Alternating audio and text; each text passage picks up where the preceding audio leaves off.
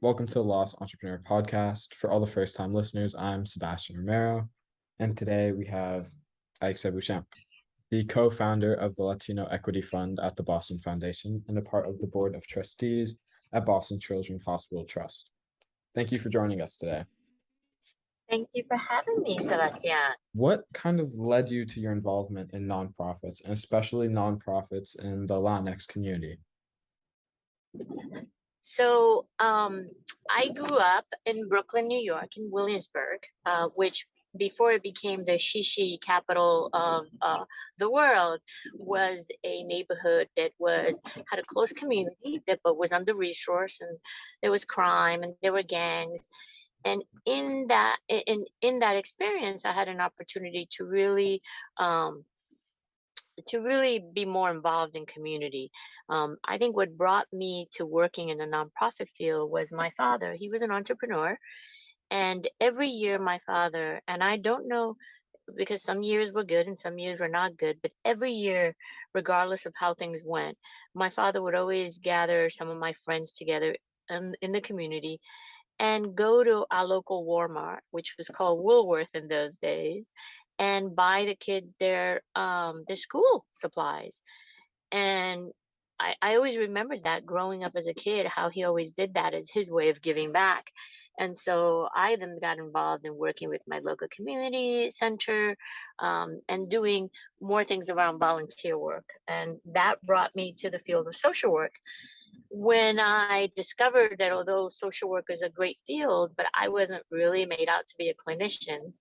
I then switched my major to social administration, and worked in the nonprofit field there for many years, before I switched again and went to Harvard and started and did a master's in public administration with a minor in policy. And there is where I started to get really involved in very large nonprofits and foundation work. So you'd say it was definitely your father that kind of got you started in this?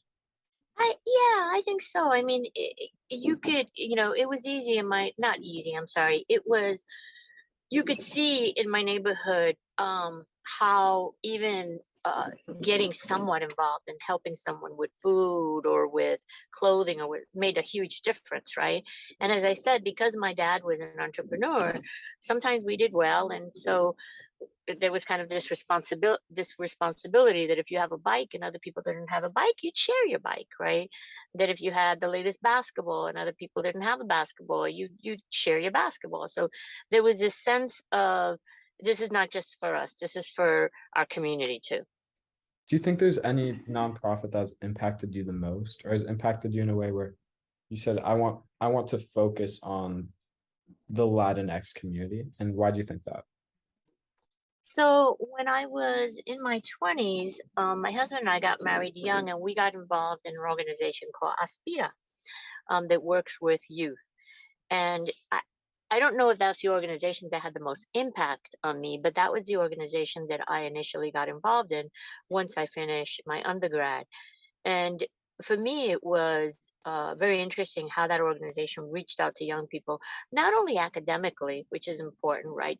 Besides giving them tutoring and scholarships and advice, but they have all kinds of creative programs for kids. They had arts and they had literature and they had music, and they also had these training programs for kids who weren't going to go to college. But the organization was very interested in making sure that these kids had a trade for those who weren't going to college. And that also, so this organization did kind of a number of things for youth in the New York City community. That's amazing. And how did you get started with them? Did you reach out to them, or? I'm not really sure. That's an interesting question. I think that it was through the work I did in nonprofit. I probably went to a networking event or something like that. When I first started work, I would go to conferences to learn more about areas of focus around. I worked for Catholic Guardian Society, and they did a lot of work with families and children, around neglect and things like that. So I would go to these conferences, and I probably met the executive director or someone from the staff at one of those conferences, and just looped in my husband in addition to me going. Yeah, because And I, then the executive director was just a dynamo. She was just a dynamo. She was one of those people who just was passionate about her work and just she was just a dynamo. Yeah, because I feel that if you aren't already in that space, then it's just a little bit, there's a little bit of a barrier if you don't know anyone there to get started in helping with others. I agree, but the good thing, Sebastian, we were talking earlier about how your generation is kind of changing this world with the technology, and one of the good things is that there's so much out there right now, so many connections that you could have, whether online or in person. For instance, there's an organization here called Alpha, which is an association of Latino and finance professionals, but it's also for any young person who starting a business or is a business degree or something in those professional service environment, and they also reach out to high school students, and they're largely Latino, right? It's the association of Latino professionals, and there's a million ways that they've made it easier for young people to connect with them, as I said, either on person, in line. The workshops are hybrid, so I think that there's more opportunity right now for your generation to get plugged in quicker. Yeah, that's definitely true. We just have so many opportunities now. It's amazing. Um, how do you think you'd quantify a successful nonprofit? Because I know there are a lot of different ways that nonprofit can help people. What do you think there's one kind of way that you can quantify success? Well, I mean, if you're talking about what they do with their clients, one of the ways that the Latino Equity Fund quantifies success is not only how many clients that they serve, but what impact have they had in terms of if it's focused on getting people jobs and training, what impact have they had? What impact have they had in, if it's educational, on raising some of the test scores, right? What impact have they also had in terms of their family environment? Because remember, it's not, behavioral health now is a huge issue as well. It always was. I think the pandemic just highlighted it. So how are these young people or these families getting service? Do they have the appropriate service provisions that they need um, to really improve their lives? And so we look at what's the current makeup of the services that are being offered, what's the impact of those services on family, are they using the services, are they getting better, is it, there's some quantifiable, because it has to be, and then there's a lot of qualitative work too that goes into this. So sometimes a kid is not jumping, in terms of test scores, but he's going to school, he has only less than half the absences that he had the year before, right? And that quantifies a lot as success, right? Or sometimes the young person spent a lot of time on his own. He's now connected to a group where he's going and he's meeting other young people. So so there are different ways you measure success based on what kind of goals the client has and the community has, and how do you align it with the services that you provide. So you would say that kind of successful or being successful as a nonprofit is completely based upon what you are trying to do and how many people you reach out to. Not really, because there is a part here where it's still a business, Sebastian. So you still have to keep it alive and well. So, they have to be able to run the financial part correctly. They have to be able to fundraise. They have to be able to make sure that they're involved in the community and that they're involved in the community.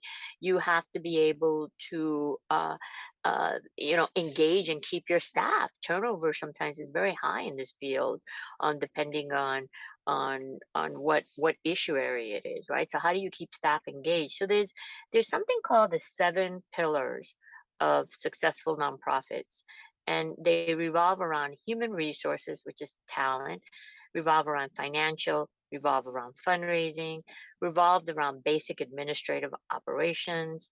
um, how do you quantify impact, evaluation, and learning? And I forgot the other one.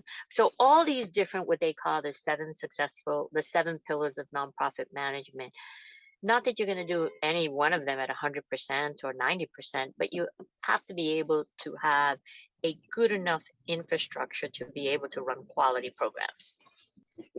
And are all those pillars equal in how useful they Yeah, are? that's a good question. I would say, in my opinion, they're not equal, right?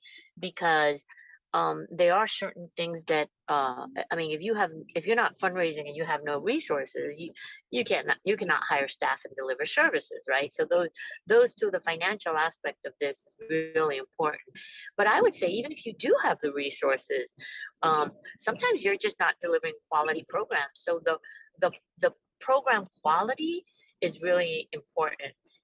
And I know what the other one was, communication, right? Communication and marketing, because how you communicate not only your programs, but how do you engage um, the community and clients to help you develop these programs that you need for the community. So the trust with community is very vital for most of these nonprofits as they work with individuals and families and youth. And creating that community in the nonprofit, do you think that's one of the main things so that like you keep that turnover low? Or I think it helps when you have a staff that's very engaged and you have a leader. Um, so much of the work that is done, whether you're corporate or nonprofit, is about leadership, right?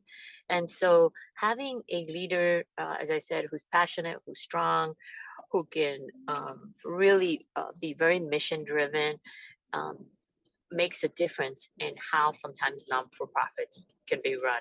One great example that I think that you should absolutely interview is Gladys Vega from the Chelsea Collaborative.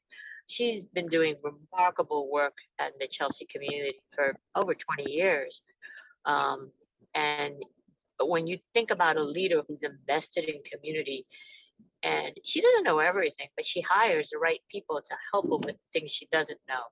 So that's really an essential part of leadership, right? It's not only your ability to lead, but your ability to know, what do I know, what don't I know, and how do I hire the best talent to help me with what I don't know. got it. Yeah, that's amazing. Yeah, you don't need to know everything if you have the right people and surround yourself with the right people. So what do you think is the most Exactly. successful nonprofit that you have been a part of, and why do you think so? Um, that's a good question. I guess it's Boston Children's Hospital. And I'll tell you, one of the main reasons why is because they are a fundraising machine and they have developed the resources to be able to really put together the best quality programs for families, right? I mean, it is a healthcare institution, so it's different than the normal nonprofit, but they're still a pediatric hospital. And they service a large part of that, 40% of the patients at Boston Children's Hospital are Latino. So they're sensitive to programs and in addition to the health and medical care that they deliver, they have special programs that are work in the area of well-being, that work in the area of education. Yeah. Right. They're not only a fundraising machine, but they get the best talent in.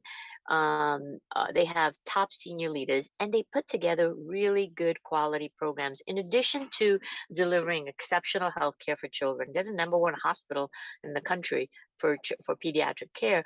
They also put together programs that are very aligned with community needs, like their behavioral health programs, right, that are in the schools, like they have the primary care. People, if children and families can't come to them, they go to the community through their Martha Elliott and their um, satellite areas.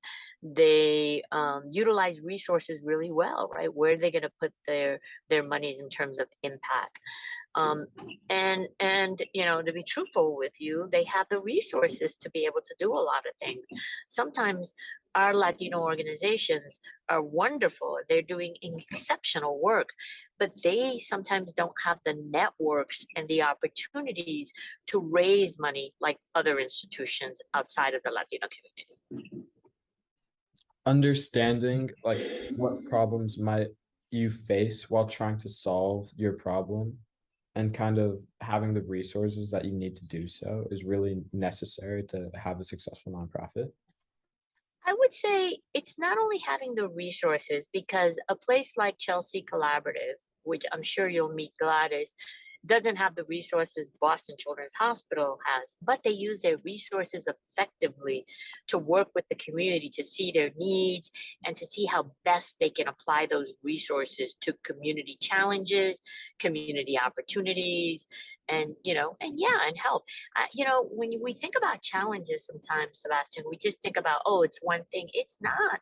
Kind of the world and us individuals are complex, and there's lots of different things that families and all of us face, right? That are not solely around one particular issue. So when we help families and when we help children, we have to think about the complexity of their lives, and where is it that they prioritize the most important things so that we can work with them on that. Where do you find the fine line between prioritizing and spreading yourself, I would say, like kind of thin, where you don't know, where you're not exactly sure what you are trying to help the community with? Yeah, so it's interesting you should say that, because when I first started in this field, one of the things that I found with one of the programs I worked for, they had that dilemma, right? They wanted to be everything to everyone, and they just didn't have the resources or the expertise to be able to do that. So I think that, let's say if I'm going to go now to another organization that's in our community called IBA. They're called Incolinos Boricuas en Acción. They pretty much prioritize their mission around three areas: housing, right, education, and arts and cultural development. And they've, by and large, stayed in that lane and have been successful with families and stuff, because they've brought in both the expertise and the programmatic know-how to be able to run those programs efficiently and work with families around them. And when it doesn't work for a particular family, what I really appreciate is that they work one-on-one with that family to align or adapt, the service model for that family. You have to, maybe a few areas, but not everything. Yeah, So, it's hard to boil the ocean. It's hard to boil the ocean for yeah. any of us.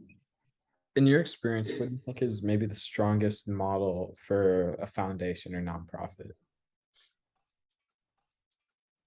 I think for a foundation, particularly the foundations that are giving foundations that are supporting uh, uh, nonprofits, I think that often the dilemma with sometimes the foundations, the staff at the foundations, is that um, they are giving you advice, or they're trying to change a program, or um, they're trying sometimes to tell you how to better run your organization, and advice is always good. I mean, Sebastian, right now I'm sharing advice on some things with you, but I think that one of the things that funders, particularly foundations, have to be mindful of is that that organization is working in the community for many, many, many years. They know what they're doing. We got to trust them that they're going to find a way to do it better. Now, of course, we can give it advice, or we can give suggestions, and we can offer help and dollars to help them build infrastructure. But we can't assume that because we are, we work at a foundation and have this expertise, that we have the answers. I think a lot of the work that has to go on between foundations and organizations led by people of color, particularly, has to be the trust that will deliver, and the support, not only in terms of dollars, but the support in terms of other resources that the foundation can provide to ensure that this organization grows and thrives. I'm a board member of a youth branch of a nonprofit. And what do you think are like some of the main values that I can bring, or the branch can bring to the main foundation? Do you think it would be fundraising or donating our time towards helping the community in another way, kind of not just creating profit, but also just trying to, let's say, help people study for exams in a community that we know could use help in like tutoring? Yeah, so I definitely think, it's always good to donate something, right? Whatever you can afford, whether it's $1 or $10 or $25, always good to make an investment in the organizations that we sit on the board of, right? The other way to make an investment is exactly what you said, right? Volunteering, providing some of those needed services that are often very expensive to farm out, and that volunteers can do and do well. The other thing is using your voice, Sebastian. You're there as a youth leader on those organizations because those organizations really want to hear what you have to say about how they rate programs, how do they relate to the community. All that information from your perspective is important, right? Because sometimes us adults um, get too much in our heads and we're too much about policy and about this, but we're not understanding how we're not only viewed by the community, but understanding how best we can get involved in a way that really is reflective of the values and the work that we want to do. Do you think, because I feel almost as if we can't we don't have as many to people to kind of bring to fundraising events that have I guess money because we are so young. I feel like we can't it's hard to get people involved in that donation type of way as a young person. Well, I mean, I've seen it with the young people. I've seen it when they bring together their friends and do like a little party for the organization and like chip in $5 or chip in $10 and help. Because what you want to do, Sebastian, regardless of the money, is that you want to be able to develop that pipeline to have these next young generation of these young people who are leaders, who are going to be leaders, involved in the world of nonprofit and giving back, right? So whether they give 5 or 10 or 15 right now is irrelevant. You want them to give something because you want them to feel, but you also just want to start the involvement, the understanding and the involvement that there's kind of not an obligation, but it would be so valuable for them to really think about how they give back. Just trying to get people involved is definitely work that needs to be done. What do you think is the main problem that Latinx foundations and nonprofits face these days? Not in terms of what problems are they solving, but what problems are kind of hurting them. So, as I mentioned before, Latino nonprofits particularly, and pretty much many of the nonprofits led by people of color have a really difficult time raising money. You know, some of it is biases and discrimination, and some of it is that they're just not plugged into the networks and the opportunities that some of these other institutions are, where they can raise big monies.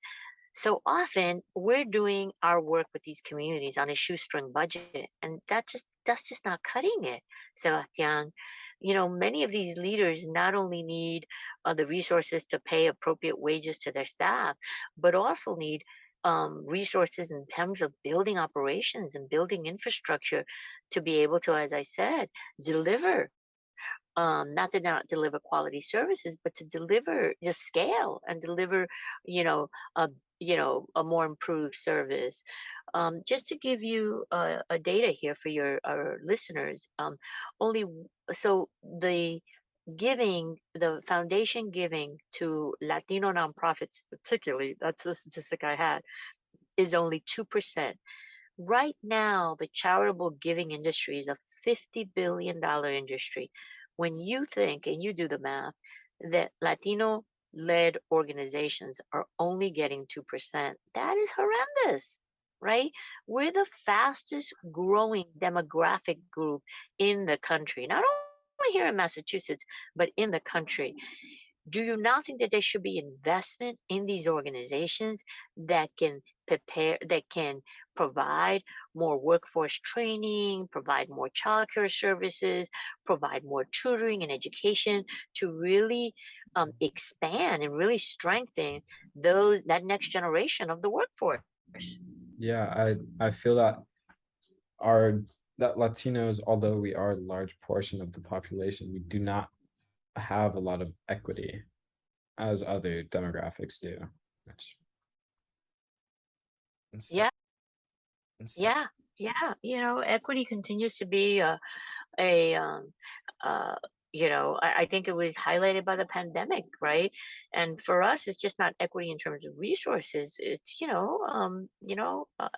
equity terms of how we're treated on a number of fronts.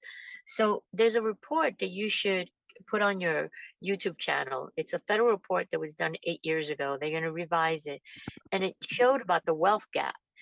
And I don't want to quote the numbers, but it was something like the assets of a Latino here in Massachusetts, particularly, was $8, as opposed to like $120 something for whites. You can Google the report and get the actual statistics, but it was appalling, Yeah. appalling. And Sebastian, you should also know, and there was a report done 3 years ago, not a report, an article, that Massachusetts is the worst state for Latinos to live in. Yeah, Housing, education. Yeah. yeah, you can definitely see it, especially with the pandemic. You saw that a lot of schools continued to be online, even though a lot of, let's say, major white demographic sectors, public school sectors were already back. It was terrible. Yep. Absolutely. What do you think are some problems that are overlooked by Latinx nonprofits that you believe that are still important? Some problems that are overlooked. Hmm.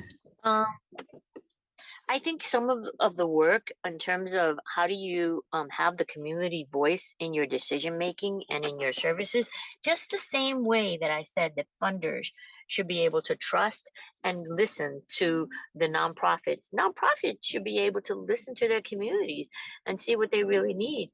Sometimes we put together these really fancy smancy programs, um, Sebastian, and that's not what the community needs, right?